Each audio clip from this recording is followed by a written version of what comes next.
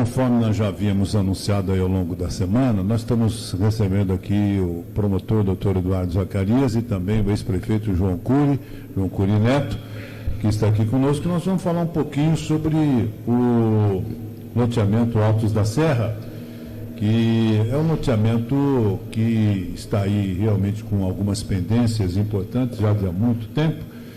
E acho que o doutor Eduardo Zacarias pode começar a falar um pouco com a gente sobre essas pendências, sobre esses problemas, por que esse loteamento não conseguiu, enfim, aquele objetivo maior que era exatamente oferecer a possibilidade das pessoas que compraram ter suas casas, ter a possibilidade de ter uma infraestrutura. O que de fato aconteceu, doutor Eduardo? Bom dia, um prazer. Tudo bem com o senhor? Bom dia, é um prazer estar aqui na Municipalista, conversando com você, Vanderlei, com o João, com os ouvintes. Realmente, Botucatu tem uma situação privilegiada no que se refere aos loteamentos de um modo geral, porque ao longo do tempo, as pendências que haviam acabaram sendo resolvidas na grande maioria dos casos.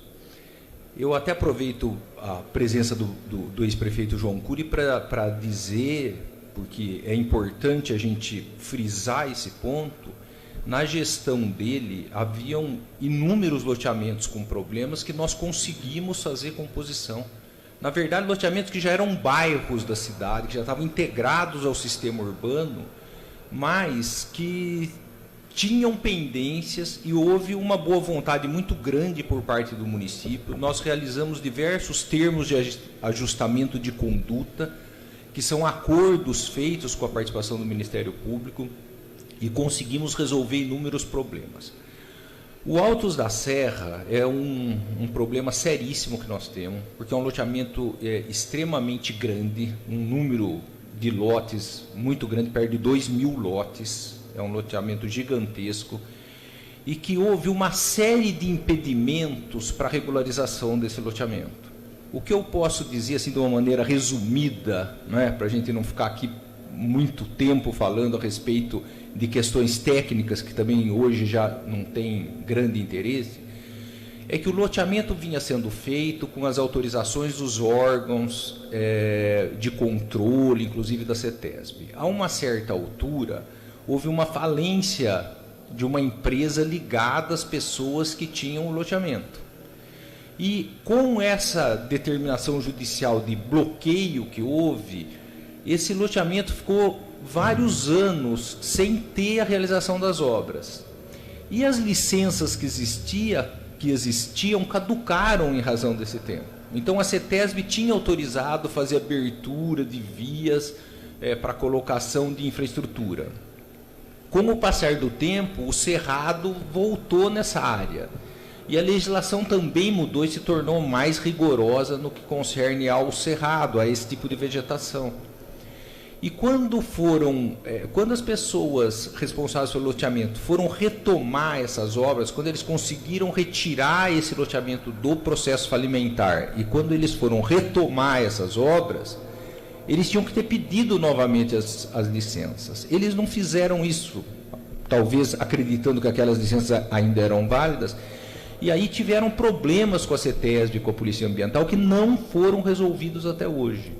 Da minha parte, como promotor, eu fiz um acordo com os loteadores, um termo de ajustamento de conduta, no qual eles se obrigaram a fazer todas as obras de infraestrutura, passar a escritura de todos os lotes, fazer o que a gente chama da regularização urbanística e da regularização registral do loteamento, sob pena de multa. Eles não conseguiram fazer isso, eles alegam que há esse impedimento por parte da CETESB.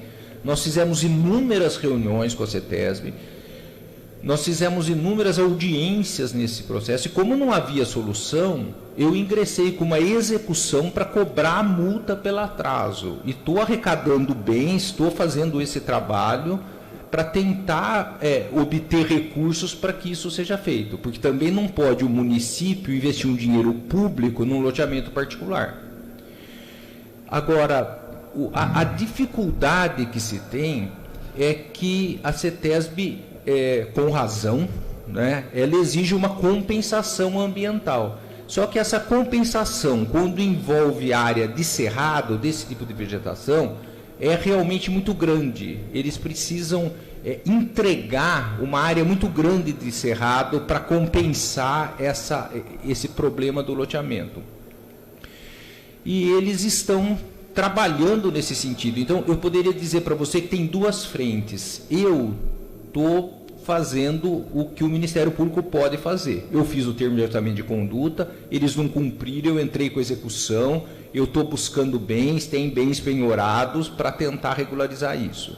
Agora, a CETESB está fazendo a parte dela. A CETESB entregou para os loteadores o que ela precisa para compensar a área.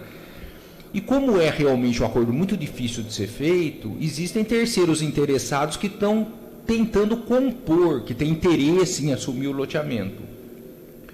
Eu estou tocando o processo, mas a gente pode dizer que tem uma outra frente, que seria o ideal, né, que seria pessoas que assumissem esse loteamento e que pudessem fazer as obras de infraestrutura sempre com essa ressalva, que antes precisa fazer o acordo com a CETESB. Tem que compensar. Tem que compensar. Se não compensar, não vai ter acordo. Esse é o dilema que a gente vem enfrentando há vários anos. O tempo passou, o cerrado cresceu, mudou a legislação e agora tem que compensar. João Cury Neto, ex-prefeito, bom, primeiro vamos lembrar que isso não é da época do João, esse loteamento é muito anterior, se não me engano, é da época do Pedro Lores, se eu não estiver enganado.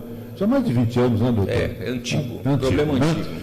Bom, mas o João, em algum momento, como advogado, também foi partícipe ou esteve nessa questão. João, pode falar para a gente alguma coisa sobre isso aí, João, por gentileza? Bom dia, Vanderlei, bom dia, Cristiano, bom dia, doutor Eduardo Zacarias, ao Cezinha também, bom dia especial a todos os ouvintes aqui da Rádio Municipalista, do programa Marreta. Vanderlei, primeiro um prazer enorme estar aqui, ao lado do doutor Eduardo, que, como bem disse, nós trabalhamos juntos durante o período que nós ficamos à frente da Prefeitura. Nós trabalhamos em várias frentes de regularização fundiária, em parceria com o Ministério Público, com os órgãos também, licenciadores como a CETESB, também as próprias concessionárias que são envolvidas. Não é incomum você ter que dialogar com o Sabesp para poder achar solução para esse tipo. Botucatu, lá em São Paulo, eu estou lá na área de habitação, lá em São Paulo, o que a gente mais tem é problema de regularização fundiária, né? Áreas ocupadas indevidamente, empreendimentos que não vingaram e acabaram se tornando grandes problemas lá, principalmente nas franjas da cidade, né? Nas regiões mais distantes do centro a gente tem muito problema assim. Lá a gente vive com isso todo dia, convive com isso todo dia, né? E estamos sempre buscando auxílio desses órgãos que são importantíssimos, até num caso como esse, onde já existe uma ação de execução. É impensável, aliás, é impossível a gente trabalhar qualquer saída para este problema que nós temos se não for através de uma homologação em juízo de um possível acordo. Portanto, a participação do Ministério Público, do doutor Eduardo, que sempre, aliás, é verdade que sempre buscou resolver, né, as dificuldades que nós tínhamos em vários casos. E esse é mais um. O Altos da Serra é emblemático. Quando a gente fala da época do prefeito X, é sempre muito perigoso, porque às vezes dá a impressão de que foi uma negligência do prefeito da época. Não, esse é um empreendimento privado. Esse é um empreendimento privado, o loteador vai lá, busca fazer ali o seu empreendimento, ter o seu resultado e busca nos órgãos públicos as autorizações, as licenças, mas não é culpa desse ou daquele governo, né? Geralmente, até porque nesse caso, como foi dito aqui, a empresa acabou falindo, né? E ao falir também teve dificuldades de honrar os compromissos, enfim. Assim, o que eu acho que interessa muito para nós, e principalmente para os nossos ouvintes, aqueles que moram, tem gente que mora lá no Altos da Serra, nós temos mais de 200 famílias morando no Altos da Serra, tem gente que comprou terrenos ali, esperando ver uma solução. Então, o que interessa hoje... Quantos terrenos foram vendidos, João? Né? Eu acho que lá deve ter, Vanderlei, em torno de uns 400 a 500 terrenos vendidos. São, como disse o doutor Eduardo, nós estamos falando, se eu não me engano, de 1.700 aproximadamente lotes ali, de 1.700 a 1.900 lotes. E todo esse pessoal dos 400 ou 500 lotes vendidos estão com esse imbróglio na mão. Tem gente que tem um imbróglio maior que é quem mora. tem gente que comprou um terreno, está esperando uma solução, mas tem gente que mora lá. Se eu não me engano, nós temos ali... Tem que fazer poço, fossa... Não, ali tem abastecimento. Com relação à Sabesp, acabou havendo uma solução, se não total, mas parcial, dentro até do processo de falência, que eu também atuo.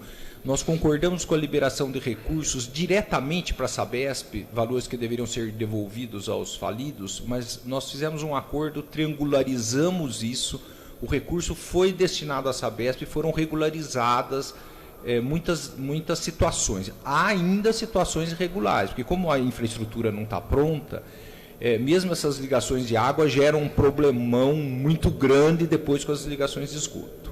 Mas... grande parte das pessoas que moram lá são servidas pela rede de água. Esgoto não. Esgoto também. Existem ligações de esgoto.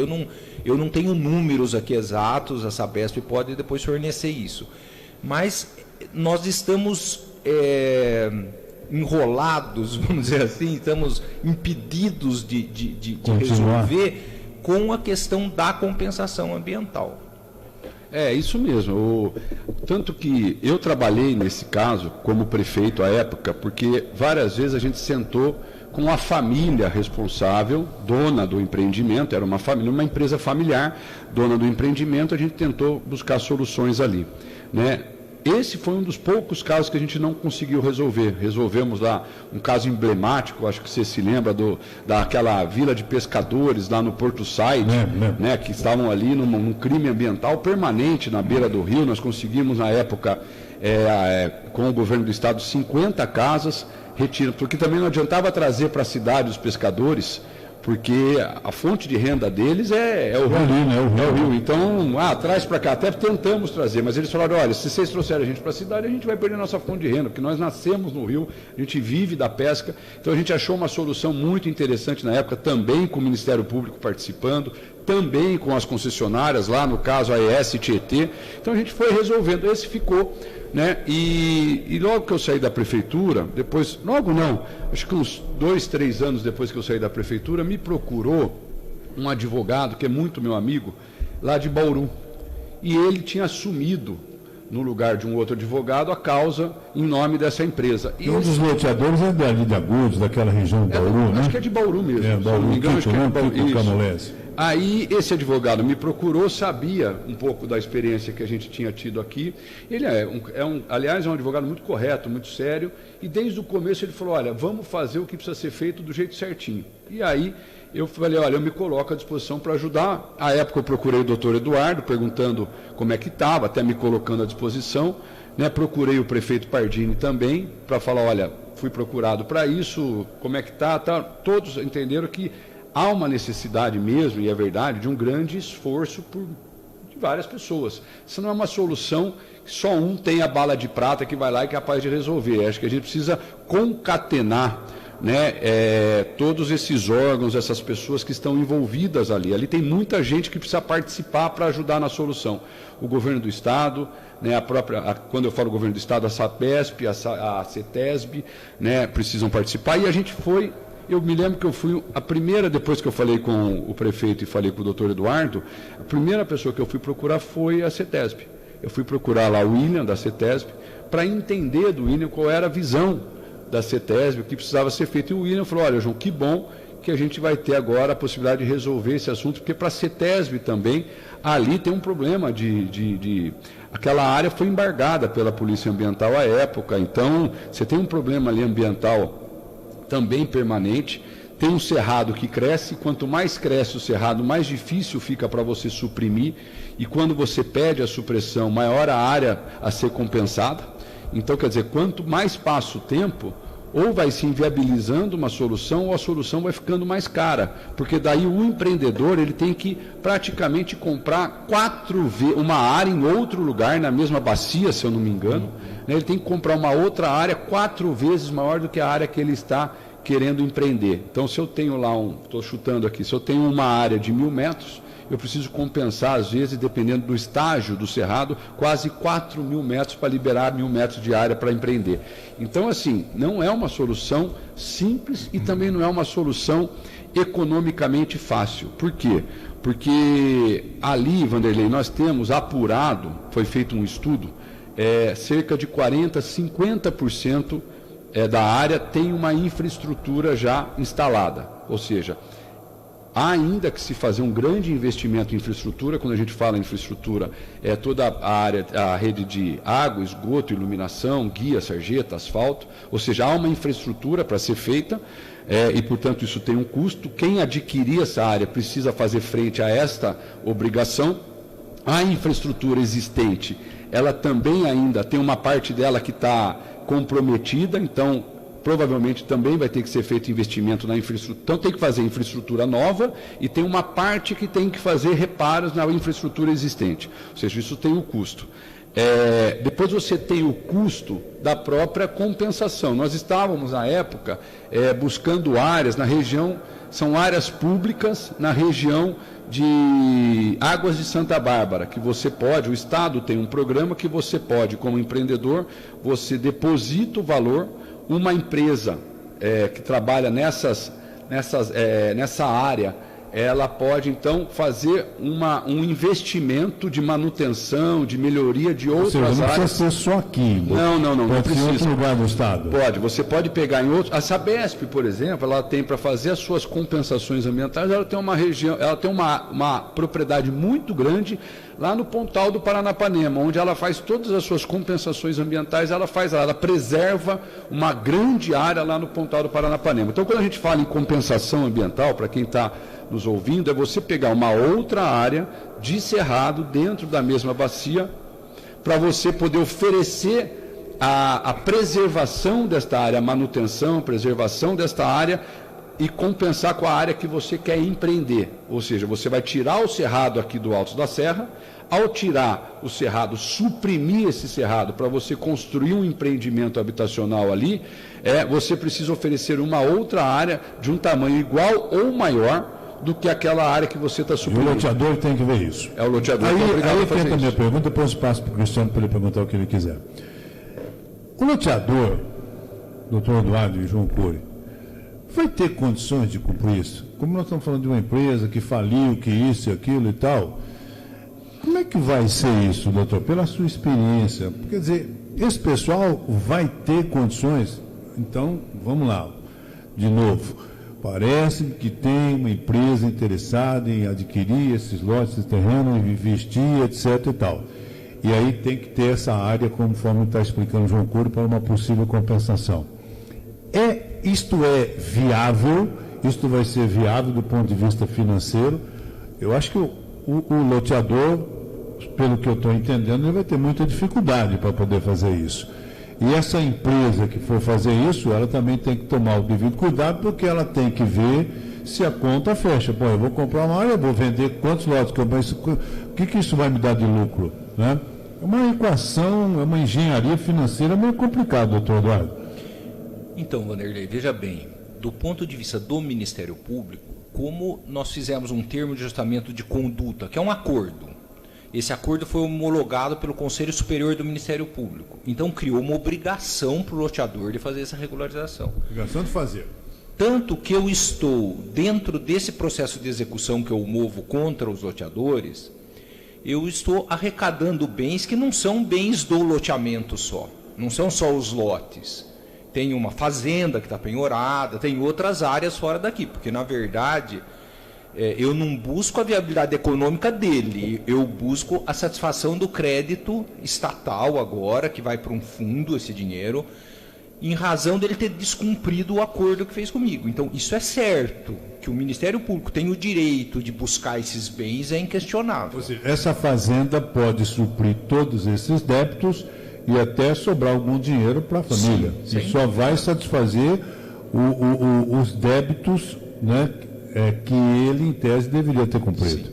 Na verdade, como esse processo demorou muito tempo e como ele tem uma obrigação de pagamento, ele tem uma multa pelo não pagamento, também esses valores eles estão assim elevadíssimos.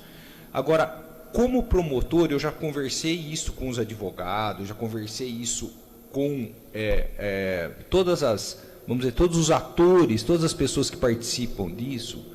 O meu interesse é a regularização do loteamento. A regularização do loteamento é fazer as obras de infraestrutura do loteamento e fazer a regularização registral. Cada pessoa que comprou lá o seu lote, porque você sabe isso, Vanderlei, são pessoas, a maioria, pessoas muito simples, que fizeram uma compra aí com o dinheiro que tinham, das famílias, que buscaram recursos de todas as maneiras para comprar um lote na esperança de construir uma casa e tiveram esse direito frustrado.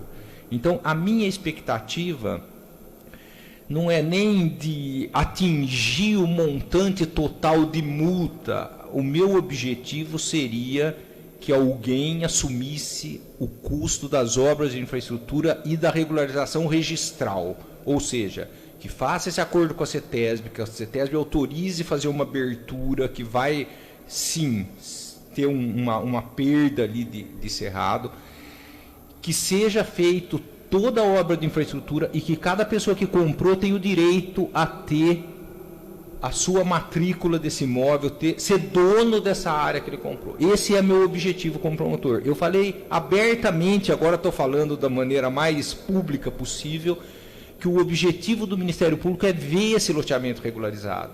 Como o João Cury falou, muitos casos foram regularizados. Eu me lembro de Vitoriana, que eram casos complexos e foram regularizados. E nesse eu tenho essa frustração mesmo profissional de não conseguir essa regularização. Embora do ponto de vista jurídico, eu tomei todas as providências que podiam tomar. Mas na prática, a pessoa que comprou o lote não quer saber se eu fiz um TAC, se eu entrei com uma execução, se eu penhorei bens. Ela quer saber que ela comprou o lote e não consegue construir nele, ou que não consegue ter a infraestrutura. Então, você pergunta, tem condições de fazer essa regularização? Eu acredito que tenham, porque tem muitos lotes ainda lá, tem sim interesse econômico, mas é realmente, como o João explicou, é uma questão estratégica difícil mesmo, de você conseguir compor isso, não é? Porque o cerrado vem crescendo, e essas compensações, você pergunta, mas não é aqui em Botucatu que vai ser comprado cerrado? A nossa região não tem cerrado que é exigido para fazer essa composição. É muita coisa que nós estamos falando. Cerca de 80 hectares. Cerca de 80 hectares. Nós estamos falando de 40 alqueires de terra. Ou seja, só para fins de compensação por conta da possível supressão que haveria aqui. O doutor Eduardo falou uma coisa assim, ele ainda tem viabilidade econômica. Eu acredito também que tem. Se nós estamos falando de cerca de 1.700, 1.800 lotes ali, e nós estamos considerando que 400 a 500, eu não sei esses números exatamente, já foram comercializados, uma das coisas que a gente precisa contemplar é assim, a pessoa, quem comprar, vamos imaginar que vem alguém e tem interesse em empreender nesses lotes remanescentes. Os lotes remanescentes hoje são em torno de 1.000 a 1.200 lotes. Tá? Esses são os lotes que estariam ainda sob a titularidade da empresa, do proprietário, daquele que empreendeu e que não conseguiu chegar até o fim. Ele tem para oferecer para uma empresa, qualquer empresa do mercado imobiliário, uma incorporadora, ele tem para oferecer de 1.000 a 1.200 lotes. Ou seja, essa empresa compraria este empreendimento chamado Altos da Serra para poder desenvolver ali de 1.000 a 1.200 lotes. O que é desenvolver ali? Regularizar, colocar ali e colocar para comercializar. Só que ele tem que fazer a infraestrutura de 1.700. Você percebe onde começa... Não é só 1.200. Isso. 1.200 mais 500. Então, além da compensação ambiental de quase 80 hectares, que ele já tem um custo para fazer, ele vai assumir a infraestrutura de 1.700 lotes, 1.700, 1.800 lotes, porque ali ainda precisa ser feito. Existe viabilidade, João, para isso? Pode ser que sim. Agora, com o aumento por parte do governo federal do teto do Minha Casa Minha Vida, pode ser que essa conta fique mais fácil de fechar se o interessado for uma empresa que queira fazer. Porque para nós, inclusive, seria um ganho para a cidade se a gente conseguisse fazer ali naquela região habitação de interesse social. Ou seja, habitação para a população de baixa renda. Por quê? Porque ali é um lugar que a cidade praticamente já abraçou. Nós temos ali um empreendimento ao lado do Altos da Serra de HS, de habitação de interesse social. Então, se a gente pudesse ter ali já tem linha de ônibus, transporte público, tem escola, tem unidades de saúde. Então seria muito recomendável que a população de menor poder aquisitivo pudesse ter a oportunidade de morar numa região como aquela. Né? Você está do Alto da Serra até o comecinho da Rua Amando, ali na Coab 1, é menos de 10 minutos. Né? Então, quer dizer, é um lugar, hoje, privilegiado da cidade. Então, se a gente pudesse ter habitação de interesse social para quem ganha até 3 salários mínimos, seria ótimo. Essas empresas podem se interessar. Qual é a conta que qualquer empresa vai fazer? Quanto custa para eu compensar? Quanto custa a infraestrutura que eu tenho que fazer para 1.700 lotes, sendo que eu só vou ficar com 1.100 e 1.200? Ou seja, eu tenho um custo de 500 lotes, porque ela vai ter que fazer a infraestrutura de tudo, não vai poder fazer só dos lotes que ela vai comercializar. E quanto ainda quer o proprietário da área para vender esses lotes. Então, são 3 contas complexas que precisam ser feitas e aí que a gente tem que buscar. E qual é a grande garantia? A grande garantia é que, sendo feito isso, seja para a população que lá está, onde nós estamos trabalhando para defender, né, os interesses dessa população que gostaria de ter tido a oportunidade de morar ali, quem comprou seu lote ou quem comprou e agora construiu está esperando regularizar, mas seja também da garantia do próprio poder público, de que aquela área vai ser ocupada corretamente, regularmente. Né? A prefeitura, imagino, ela tem esse interesse de achar uma solução para que aquilo amanhã não... Porque nós temos um risco de uma possível... Assim, quanto mais demorado a pressão das pessoas que precisam de um teto para morar, Wanderlei, ela vai aumentando. De repente, você vai daqui um ano lá, você já tem mais 4, 5, 10, 15 famílias morando de forma precária.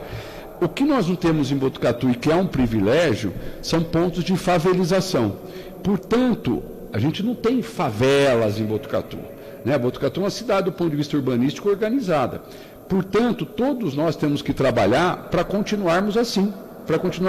E quando você vê esses empreendimentos que não tem uma solução e a pressão das pessoas por busca de um teto, tem muita gente ainda que mora de favor no fundo da casa de alguém, tem muita gente que mora com ônus excessivo de aluguel, né? Ou seja, pessoas que gastam mais de 30% do seu salário pagando aluguel. Essas pessoas, de certa forma, elas têm uma demanda social por habitação. E não é incomum que quando você vê essas áreas paradas, as pessoas começam a entrar. Começa a invadir, né? Aí invade, e aí você vai tendo um processo de favelização, de precarização da moradia. Então, é um esforço de todos nós isso. Tem que ser um esforço de todos nós para a gente manter esse nível de organização que a nossa cidade tem e que isso, no final do dia, significa qualidade de vida.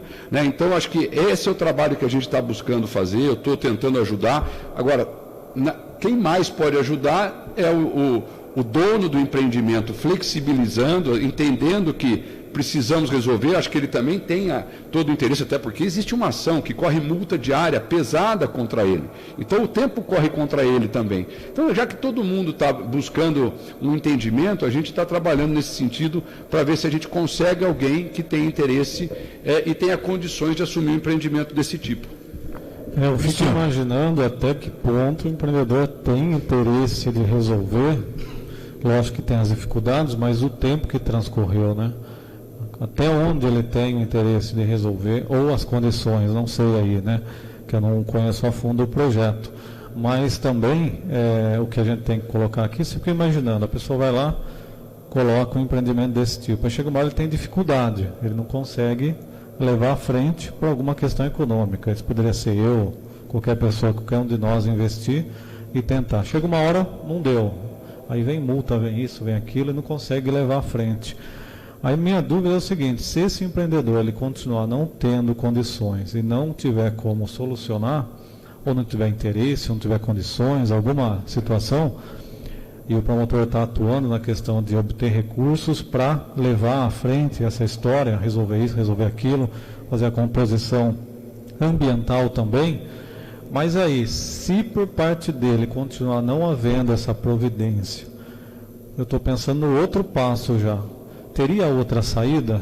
Ou o município, ou a justiça dar um jeito disso ir para outras mãos e isso ser resolvido? Porque assim, eu tenho ali a área, é minha, mas eu não resolvo. Só que tem um interesse público também, que é maior que isso, né? onde vai passar uma avenida, só tem uma casa ali, qual que é o interesse? Da pessoa que está ali ou o interesse público? E aí, nesse caso, nós temos isso também. Quem está morando, o local que está vazio. Qual que seria o outro passo? Lá na frente. Essa que é a questão que eu fico imaginando. Eu aproveito para fazer um apêndice na sua colocação, Cristiano, perguntando ao doutor Eduardo se em algum momento esses bens penhorados, uma vez não satisfeito esse crédito, eles podem ir a leilão. Podem. A ideia é essa. A ideia é seguir no processo de execução, do ponto de vista jurisdicional, vamos dizer assim.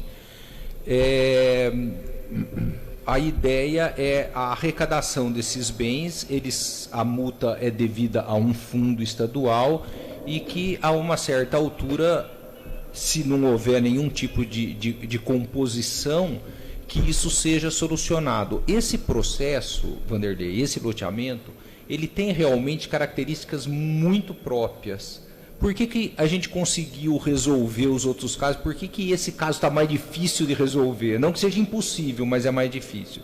Porque você veja bem, a questão hoje é uma questão que mesmo que o proprietário queira fazer as obras de infraestrutura, e ele quer porque ele chegou a contratar uma empresa para isso, documentou no processo que o maquinário estava lá, que a tubulação estava lá na área, isso as pessoas viram, se animaram até com esse movimento.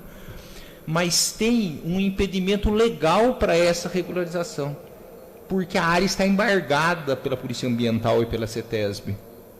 Então, do ponto de vista de uma solução para o problema, a gente esbarra nisso.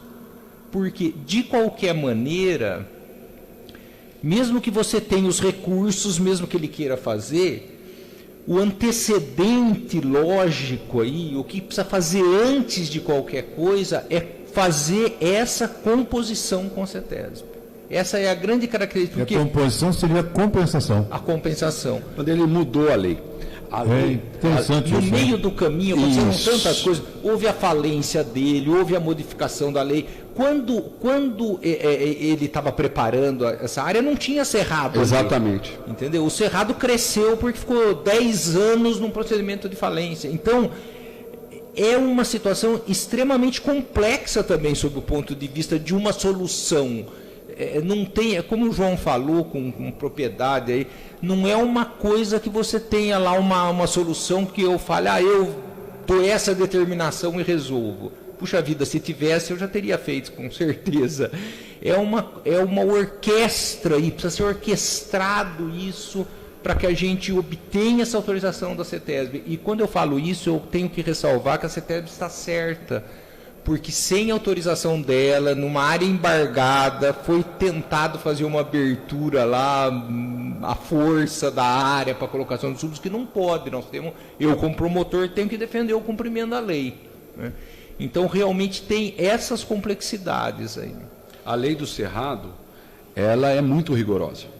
A lei do cerrado no estado de São Paulo, ela é muito rigorosa, ou seja, e ela veio no governo do Serra, ano 2007, 2008, né? E muitas cidades passaram a ter muitas dificuldades. Bauru, por exemplo, tem uma área enorme de cerrado, uma área enorme a cidade de Bauru tem. E essa é uma discussão também grande que a cidade lá faz de como eles conseguem superar os desafios aí dessa lei. Aqui aconteceu a mesma coisa, o Altos da Serra é uma área que foi afetada por essa lei. Hoje, o empreendedor, ainda que ele queira resolver, ele tem que respeitar essa legislação e o que esta legislação prevê de compensação, né? Ou seja, é uma área muito grande a ser compensada. Se você parar para pensar 80 hectares de terra, né, que é hoje o que a gente imagina que seria a área compensável, não é pouco. Então o empreendedor ainda tem que achar uma área para ele poder adquirir essa área, para ele poder lá cuidar por não sei quantos anos dessa área para poder oferecer em compensação. Então, eu acho, Vanderlei, assim, em algum momento nós teremos, eu acho que o trabalho que o Ministério Público vem fazendo, eu já conversei com esse empreendedor mais de uma vez, eu não vi pouca vontade de resolver, eu vi que ele tem vontade de resolver, é que de fato é uma equação ali que precisa ser contemplada. João e doutor Eduardo, esse pessoal tem cacife para tudo isso, os bens que estão sendo penhorados, quer dizer, dá para poder fechar essa conta, os 40 alqueires, né, que você falou, mais isso tudo que nós estamos comentando aqui, esses bens que estão penhorados ou que podem ser penhorados ainda mais, conseguem realmente fechar essa conta, doutor Eduardo? Olha, depende muito da situação dos próprios lotes do empreendimento, né? Porque o valor desses lotes, não sou especialista nisso, mas se o loteamento tiver a possibilidade de ser utilizado, revitalizado e pudesse ser colocado esses lotes à venda, se calcula um valor do lote que seria compatível com um gasto como esse. Agora, no valor que o lote tem hoje, em razão dele, né, tá fora de mercado, aí não, né? Vou dar um exemplo para vocês, porque eu vivo isso na área que eu estou atuando atualmente. Assim, hoje, você fala do valor do terreno, é 8% do valor do empreendimento. De 8%, 7%, até 10% no máximo, tem que ser o custo do terreno para o empreendimento, se ele for de habitação de interesse social, se ele for, por exemplo, Minha Casa Minha Vida. Quando o empreendedor, quando o empresário, ele vai comprar uma área para fazer um empreendimento de 200, 300, 500, 1.000 casas, ele geralmente tem um teto para gastar com terreno. Por quê? Porque o governo federal, ele estabelece um teto que ele paga para a construtora. Você tem aí as construtoras que estão fazendo casas em Botucatu, tem aquelas que trabalham aqui há muitos anos, a Ecovita, a Pacaembu. Essas empresas, elas participam de um programa federal de construção de casas populares. O governo federal paga um X por casa. Então ele vem aqui, vai fazer 500 casas numa determinada região e o governo federal, através da Caixa Econômica Federal, ele vai pagar, estou chutando aqui, Vanderlei, R$200 mil na casa pronta, que vai ser financiada depois para o mutuário. Mas ele paga para a construtora e depois a Caixa Econômica paga para ele, ela fica credora e vai financiar para o mutuário. Esse é o programa habitacional que nós temos no Brasil, né? Então, construtora, eu construo, recebo da Caixa, entrego aquele empreendimento para a Caixa que vai financiar para o mutuário e vai receber isso em 30, 35 anos. Essa conta, segundo essas empresas, ela fecha quando o valor do terreno fica entre 8% a 10% do valor do empreendimento. A grande pergunta é, quanto que seria hoje para empreender, para fazer toda a infraestrutura, para regularizar tudo, quanto ficaria o valor do terreno dentro desse montante global, em percentual? Se ficar dentro de 8% a 10%, talvez dê certo, Se ficar muito mais que isso, considerando a infraestrutura que tem para fazer, depois considerando a construção das casas, né, e todos os emolumentos, os custos aí que existem, qualquer empresa vai fazer essa conta, entendeu? Qualquer empresa vai sentar e vai pôr na ponta do lápis. Daí ela vai falar, olha, fica ou não viável para eu assumir. Eu acho que a tendência, pelo que eu escutei dos proprietários, é exatamente essa, é vender para alguém que tem interesse de empreender ali. Eu acho que o proprietário, não vejo mais, pelo menos a última vez que eu conversei, já faz algum tempo, né? Não vejo deles interesse ou até condições, não sei se eles têm... De tocar, entendeu? Mas pode ser que alguém tenha interesse de comprar do proprietário a área, desde que o valor não seja excessivo do ponto de vista do custo do terreno, em detrimento daquilo que ele vai precisar fazer. Eles vão ter que entender, os proprietários, de que precisam vender por um preço que seja adequado para poder viabilizar e tirar os bens deles de penhora. Exatamente. Eles têm esse interesse, né? Estão com os bens penhorados, com uma série de restrições que estão sendo impostas. Então, eu acredito que eles têm o interesse de compor com alguma outra empresa que teria melhores condições de fazer o enfrentamento dessa questão.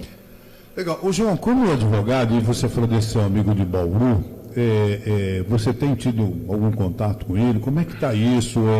Certamente eu estou fazendo essa pergunta para você porque certamente muitos compradores de lotes, aliás, tem uma pergunta aí de uma pessoa a respeito desse tema, devem estar ávidos por informações a respeito do andamento desse processo. Existe uma tratativa dos proprietários, segundo me informou esse advogado, ele falou, existe uma tratativa com uma dessas empresas que constroem casas populares aqui na região de Botucatu e Bauru. E eu acho que eles devem estar fazendo exatamente isso agora, fazendo conta. Ou seja, se com aquilo que o proprietário vai receber e mais aquilo que precisa ser feito de infraestrutura, mais a construção da casa, mais a área a compensar, se o que eles estão oferecendo é possível de ser pago para poder fechar o negócio. Eu vejo com bom... Eu sou otimista, Vanderlei, não acho que assim... Eu estava muito cético em relação a isso, porque o valor que o governo federal vinha pagando pelas unidades do Minha Casa Minha Vida, de fato, não existia espaço, margem para o negócio. Agora eu vi que o governo aumentou, se eu não me engano, saiu de 180 para 260 mil reais uma unidade, depende muito de cada região. A região metropolitana de São Paulo, o governo paga mais porque o terreno é mais caro. Quanto mais para o interior, o terreno vai ficando mais barato, então depende muito. Mas havendo de fato esse aumento no preço até porque, embora tenha aumentado o valor pago pelo governo federal, também é verdade que aumentou muito o custo da mão de obra e também dos insumos, de material da construção civil, também aumentou bastante. Eu não sei por que o Lula fez um projeto, João e Eduardo, porque ele vai dar um subsídio de todas as facilidades para o Norte e Nordeste. Eu não consegui entender isso até agora. Você entendeu, João?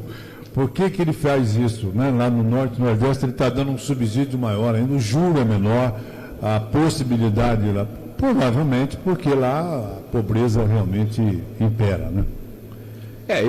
Eu acredito que, assim, estou falando das últimas reuniões que eu tive aqui, né? Se esse valor aqui, eu não sei quanto que é para a região de Botucatu, mas se ele for 260, né, a gente está falando de 8%, nós estamos falando que o terreno ficaria de 8% a 10%, ficaria aí na casa de 23 a 25 mil reais, né? Aí resta saber se este proprietário venderia os seus terrenos remanescentes por esse preço, entendeu? Porque se ele falar, não, eu quero muito mais que isso, de novo nós vamos ter o mesmo problema de que a conta não vai fechar.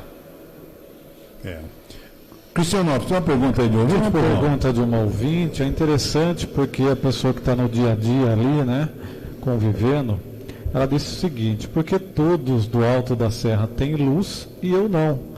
Tenho 2 crianças pequenas que moram comigo. A Maria Castilho mandou essa pergunta. Como será que é esse atendimento da CPFL? Não sei se vocês têm condições de passar para a gente alguma orientação a nosso ouvinte.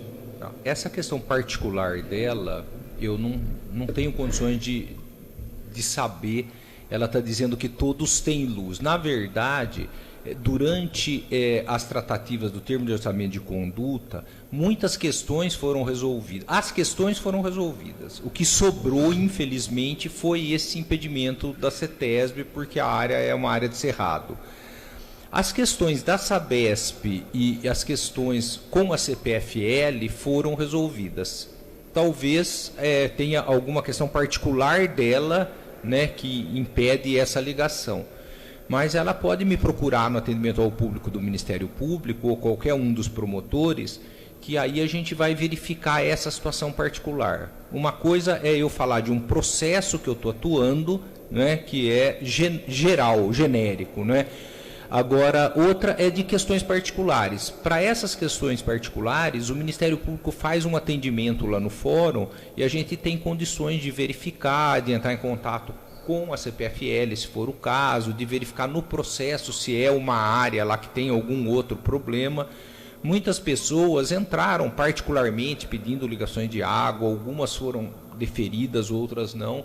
Então, não é uma questão que o Ministério Público atue diretamente, mas a gente pode prestar essa informação particularizada para ela, para a situação dela, fazendo uma verificação junto à CPFL. Se você quiser também, se ela te mandar os dados, se quiser me mandar por WhatsApp, eu também posso ver, independente do comparecimento dela ao fórum ou não, eu posso ver com a CPFL qual é o problema dessa unidade. Aí ela precisa mandar aí informações mais exatas, né, para que a gente possa fazer. Mas desde já você fique à vontade em me repassar esse caso, eu entro em contato com a CPFL para saber o que está acontecendo. Vamos pedir então para a dona Maria Castilho entrar em contato conosco pelo WhatsApp da Mônica. Ela mandou a mensagem e ela, passando os dados, a gente já encaminha para o promotor, ou ela pode diretamente ao Ministério Público. Agora, vocês falaram que a questão da Sabesp e CPFL foram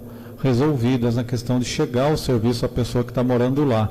Agora, não 100%, né, da Sabesp, 100%. Eu sei que tem muitas ações ainda, muitas dificuldades, mas foi resolvida a situação do loteamento com a Sabesp. Sim. Isso foi. Mas isso, quando eu falo isso, eu não posso dar a falsa informação, né, ou a falsa ideia, melhor dizendo, que resolvemos todos os problemas de ligações particulares, porque isso não é verdade. Na verdade, assim, as composições do loteamento com os órgãos responsáveis aí pela infraestrutura foram resolvidas, com exceção da CETESB.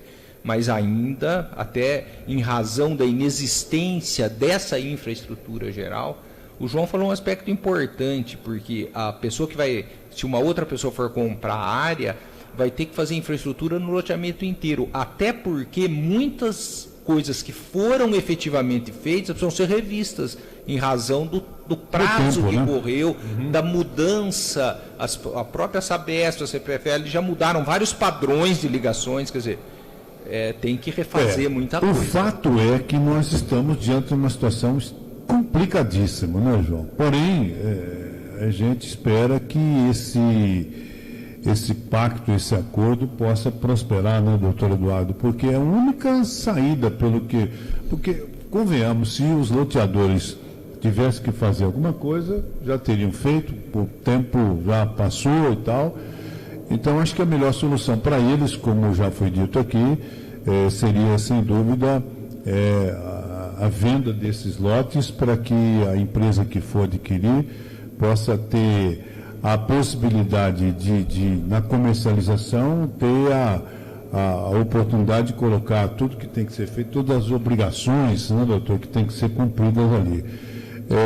Acho complicado, porém não é impossível, né? Não é impossível, e esse processo está em negociação, e eu tenho uma esperança muito grande que, de qualquer forma, uma solução vai ser encontrada. Há bens efetivamente garantindo a execução, e eu acredito que a execução possa sim levar a uma solução desse problema. Agora, o senhor está acreditando só na execução? Não, eu acredito na execução. Se não houver o acordo, eu acredito que na execução nós vamos conseguir também, mas vai demorar mais. O acordo seria muito bom. Agora, uma questão que eu não tenho, seria leviano da minha parte falar aqui num prazo ou vender uma ilusão de que isso é uma solução. É difícil, mas não é impossível e vai ser resolvido. De uma forma ou de outra vai ser resolvido. Nós tivemos várias outras questões aí, inclusive nessa área de urbanismo, que eram extremamente complexas. Eu falei lá do Vitoriana, que era uma situação muito difícil de ser resolvida. Outros relacionados à Demétria, que eram muito difíceis de ser resolvida, mas com o trabalho foi resolvido. Eu acredito no trabalho, eu acredito que as coisas vão ser resolvidas. O meu cuidado é de não dar ter uma atitude leviana de dizer que isso vai ser resolvido rapidamente ou que esse problema é simples, porque isso não é verdade. De todos os loteamentos, de todos os problemas que nós tivemos nos loteamentos, quase todos já estão resolvidos. Esse ficou, e há muito tempo, eu reconheço isso, e não foi por falta de atuação do Ministério Público, mas porque realmente envolve uma série de dificuldades que eu estou tentando mostrar aqui quais são, né? Mas que vai ser resolvido, vai ser resolvido. E eu até acredito, com essa ampliação do valor do programa Minha Casa Minha Vida, que se abre uma nova janela e uma nova esperança de uma resolução mais rápida para esse problema, sem dúvida nenhuma, porque a dificuldade econômica está nessa conta.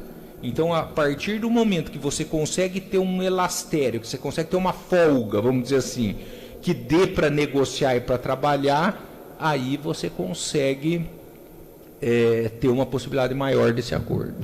Vanderlei, eu estava aqui na internet, quando o doutor Eduardo falava, vendo aqui o valor do novo Minha Casa Minha Vida. Nós estamos falando aqui de aproximadamente R$230 mil para uma situação, uma cidade com as características igual de Botucatu. R$230 mil, a gente estava falando de R$180 mil antes, ou seja, aumentou R$50 mil por unidade. Talvez isso, aí a gente já está falando, se é de 8% a 10%, nós estamos falando de R$23 mil, aí talvez o custo do terreno, se a infraestrutura que está lá, e é isso que qualquer empreendedor, qualquer empresa vai fazer, é olhar a infraestrutura atual para saber quanto que ele vai gastar a mais para fazer o que precisa ser feito. E de repente ela puder ser utilizada, ou seja, ela tiver uma parte da infra que está lá, que é aproveitável, ou seja, que não precisa fazer de novo, isso pode fazer com que a empresa possa pagar um pouco mais o valor do terreno, porque ele não vai ter que gastar 100% do valor com a infraestrutura.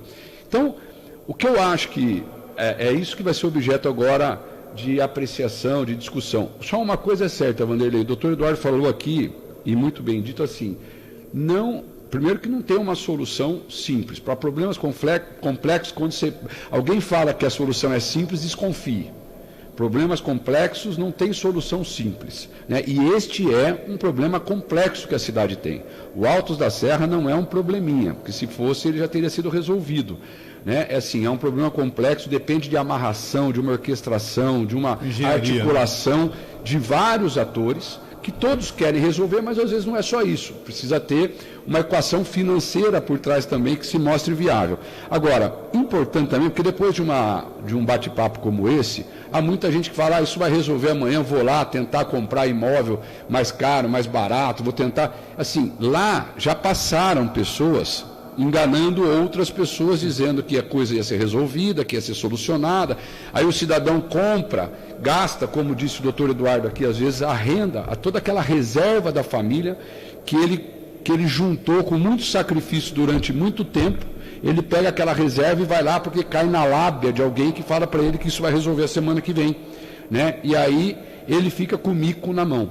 Então tem que tomar muito cuidado para não sair caindo, porque agora as pessoas ouvem esse tipo de relato, e vão lá. E lá já teve, porque eu já, quando eu fui prefeito, eu fazia atendimento ao público, toda sexta-feira.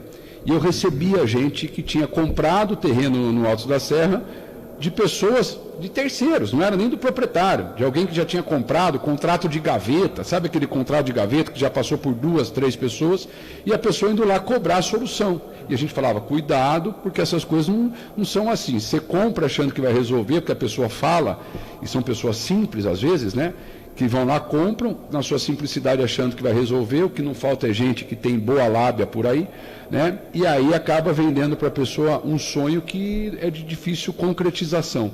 Então, só para alertar, para as pessoas tomarem muito cuidado em situações como essa, porque depois você pega toda a sua reserva, todo o patrimônio da família e coloca num lugar desse, acreditando que as coisas vão se resolver na semana seguinte. Doutor Eduardo, o fato desse, para a gente poder encerrar, o fato desse cidadão, desse loteador, receber um dinheiro, talvez até algumas pessoas tenham pago à vista, não sei, e não colocar ali o que deveria ser feito, isso em algum momento pode virar um problema da esfera penal para ele? Olha, a lei de loteamento, ela prevê a possibilidade de, se o loteador, por exemplo, vende lotes em um loteamento clandestino ou ilegal, dele responder criminalmente por isso, sim, há essa possibilidade. Mas nesse caso concreto não houve essa situação. Na época foi até verificada essa possibilidade, na época em que o loteamento foi instituído, mas o loteamento ele estava autorizado. O que aconteceu, como eu falei, foi que, embora ele tivesse as autorizações para as obras de infraestrutura, elas caducaram. E o loteador deixou, depois disso, de vender os lotes. A questão é que, no período em que ficou dentro da falência, houve venda por terceiras pessoas, isso tem inquérito policial, essas pessoas foram processadas, inclusive, uma das pessoas lá que vendeu diversos lotes, tem processo criminal, responde a processo criminal, inclusive por estelionato, porque sabia que não podia vender, mas de forma particular, como você perguntou, o proprietário, não há um crime. Mas outras pessoas que venderam lotes desautorizados estão sendo processadas. Bom, eu quero, em primeiro lugar, agradecer a ambos, tanto ao doutor Eduardo Zacarias, promotor, e também ao João Cury, que em algum momento participou como advogado dessa questão. Doutor, fiz questão de trazê-lo aqui por uma questão muito simples. Primeiro, é um problema que a cidade tem, que os moradores têm. Alguns moradores ligam para a gente também, João, cobrando da gente aqui uma postura e tal, como sabem que a gente presta serviço na área de comunicação. E também deixar muito claro que às vezes as pessoas podem entender que o Ministério Público está inerte, o que não é verdade. E isto é oportuno a gente poder falar sobre esta questão, né? Porque com o passar dos anos, né, a gente sabe que às vezes uma ou outra pessoa pode entender que há uma complacência, há uma situação de inércia com relação à ação do Ministério Público nessa questão do loteamento Altos da Serra, o que não se realmente caracteriza, conforme explicou aqui o doutor Eduardo, que ele tem realmente se empenhado ao máximo para legalizar a situação, para que cada comprador lá amanhã ou depois possa ter até a sua escritura desse terreno que comprou.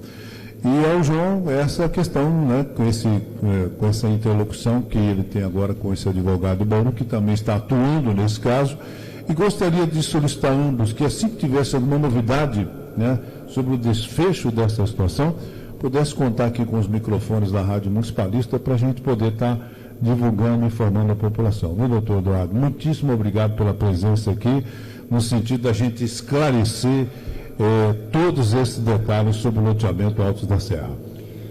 Vanderlei, eu que agradeço a sua oportunidade de estar aqui, e o promotor de justiça, como funcionário público, tem a obrigação de prestar conta, então eu não me sinto de forma nenhuma, fico muito à vontade de vir e prestar conta, e a população tem todo o direito, o dever até, de cobrar, né, de todas as pessoas que trabalham no serviço público para que atendam aí essas demandas.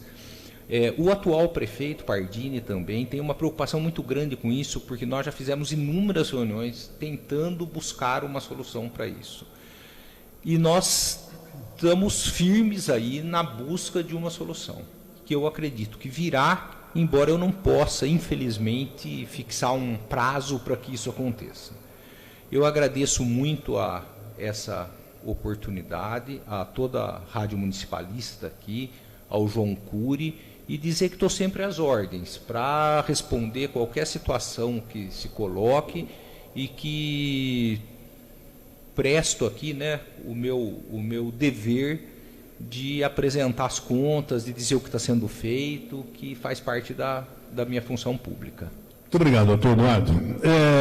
João Cury, obrigado pela presença, e eu aproveito a oportunidade, assim, no encerramento do programa, para perguntar como é que está a situação política, né, do João Cury, com relação à situação de uma possível ida para Brasília ou não, se tem alguém do MDB, né, que estaria para sair, desocupar lá uma cadeira para o João assumir. Parece que tinha um prefeito lá da Baixada que ia tentar ser candidato ou não, enfim, que você pudesse falar alguma coisa sobre a sua situação e sua perspectiva política doravante, né?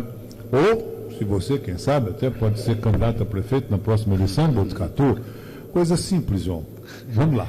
Vanderlei, primeiro agradecer você pela oportunidade, o Cristiano, prazer rever o doutor Eduardo aqui também.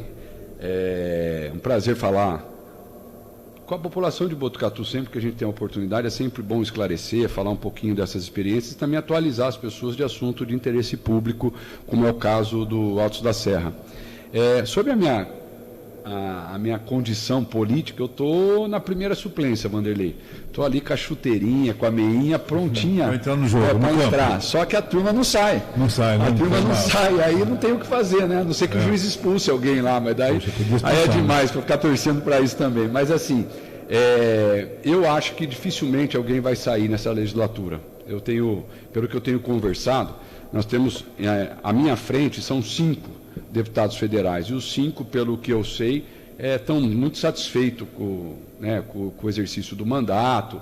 Há quem dissesse que o Alberto Mourão, que é um deputado federal que está na minha frente, que foi prefeito da Praia Grande, que ele voltaria a se candidatar a prefeito lá o ano que vem. Mas eu tive a informação que ele vai permanecer em Brasília, que ele quer continuar como deputado. Então, eu acho que é muito difícil, é muito remota a possibilidade de eu assumir, né? Fiquei ali na beirinha, mas faz parte. Agora é tocar, estou lá em São Paulo tocando os desafios que a gente tem lá na área da habitação, lá na frente da Coab. E estou trabalhando nesse sentido, Vanderlei. Eu acho que essa é a minha missão agora também. Você ficar trabalhando com uma expectativa de algo te tira foco do que você precisa fazer hoje, né? Então eu estou muito focado lá no trabalho da Coab, de a gente poder melhorar com esses vários programas que foram lançados. Inclusive a Prefeitura de São Paulo tem um programa habitacional bem grande, bem interessante também. A gente está focado nisso. E se eventualmente acontecer de alguém se licenciar ou disputar uma eleição à prefeitura e ganhar a eleição, porque também tem isso, né? Não basta a pessoa sair para ser candidato a prefeito, ele tem que ganhar a eleição, porque o deputado federal que sai candidato a prefeito, ele não precisa renunciar ao mandato, né? Então ele pode se licenciar para disputar a eleição, mas se ele perder, ele volta a ser deputado. Portanto, para eu assumir, teria que alguém sair para ser candidato a prefeito e ganhar a eleição. Então, é uma possibilidade muito remota, que sinceramente a gente nem fica contando muito, porque eu acho que isso só tira foco e gera uma expectativa de algo que você não tem governabilidade, que você não tem controle, porque não depende de você. Mas isso de alguma forma é uma situação que te conduz aqui para a cidade de Botucatu politicamente, não? Eu também, sinceramente, ainda não pensei nisso. Eu acho que, assim, provavelmente as conversas aí para a eleição do ano que vem, elas devem acontecer mais para frente, eu acho. E acho que é bom que seja assim, porque quando você antecipa muito o processo sucessório, eleitoral, você acaba contaminando, né, as coisas que a cidade ainda precisa entregar. Eu acho que a administração atual tem várias obras importantes que estão sendo feitas aqui em Botucatu, se desenvolvendo, e que eu acho que seria um desserviço se a gente ficasse tumultuando, né, o ambiente político da cidade discutindo eleição, porque eu acho que isso pode tirar o foco das entregas que ainda precisam ser feitas e que são obras muito importantes para a cidade. Então, eu acho que é bom que a gente não queira queimar a largada, que a gente não ultrapasse do ponto, porque eu acho que vai fazer bem para a cidade se a gente passar esse ano de forma tranquila, com as obras acontecendo, para que as entregas possam ser feitas. E o ano que vem, eu lembro que uma vez o Geraldo Alckmin, o governador, ele vinha para Botucatu, a gente recebia o Geraldo aqui, e perguntavam para ele de eleição, ele falava, olha, eleição é ano par.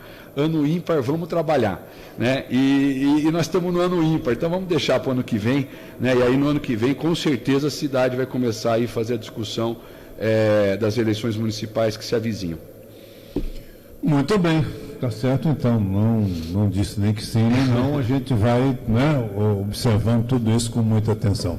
João Cury, obrigado, viu, pela presença. Obrigado, você, Vanderlei, um prazer, uma boa semana a todos vocês, aos nossos ouvintes, que Deus abençoe a todos. Todos nós, obrigado.